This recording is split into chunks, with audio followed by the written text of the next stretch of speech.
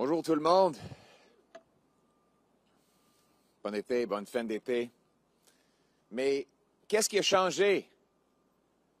Après les élections partielles à Toronto, on a les adjoints de Justin Trudeau ont appelé les médias pour dire qu'après que les Torontois ont rejeté le bilan inflationniste, coûteux et incompétent de Justin Trudeau, qui a doublé le coût de logement et forcé 2 millions de Canadiens d'aller aux banques alimentaires, qu'il allait y avoir un grand remaniement, que M. Trudeau allait congédier sa ministre des Finances incompétente pour la remplacer avec Mark Carney ou quelqu'un d'autre capable de faire fonctionner une calculatrice, qu'ils allaient renverser leur direction coûteuse et désastreuse à notre économie.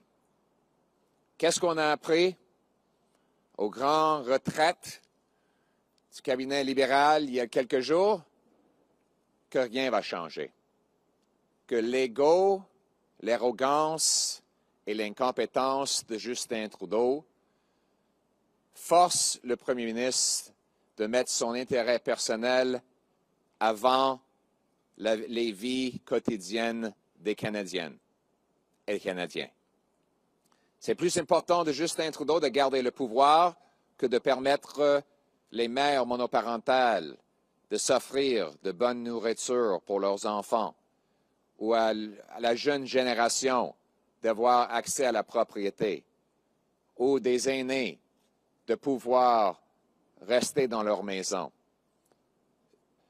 La réalité, c'est qu'on ne peut pas continuer comme ça. Justin Trudeau a doublé la dette nationale, il a doublé le coût de logement, il a libéré les criminels dans les rues. Il ne va jamais quitter le poste.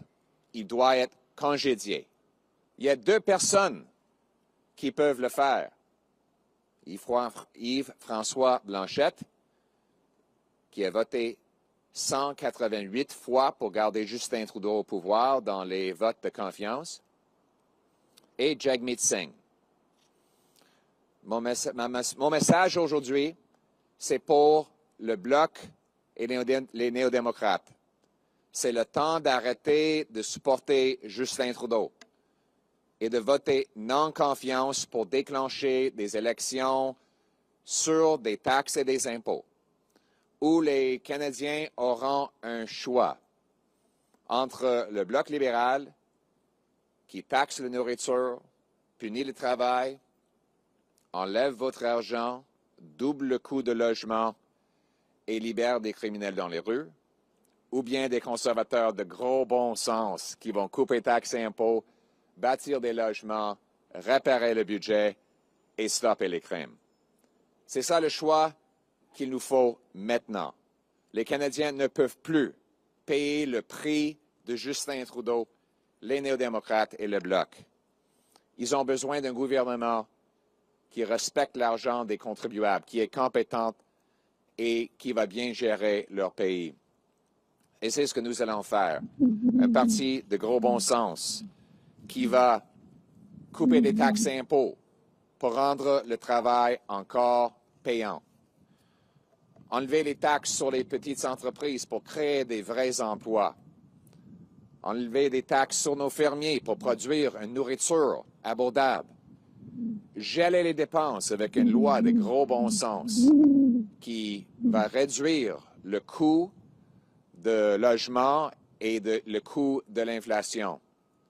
Inciter des municipalités d'enlever la bureaucratie pour bâtir des logements abordables et protéger les emplois en annulant le décret sur le secteur forestier.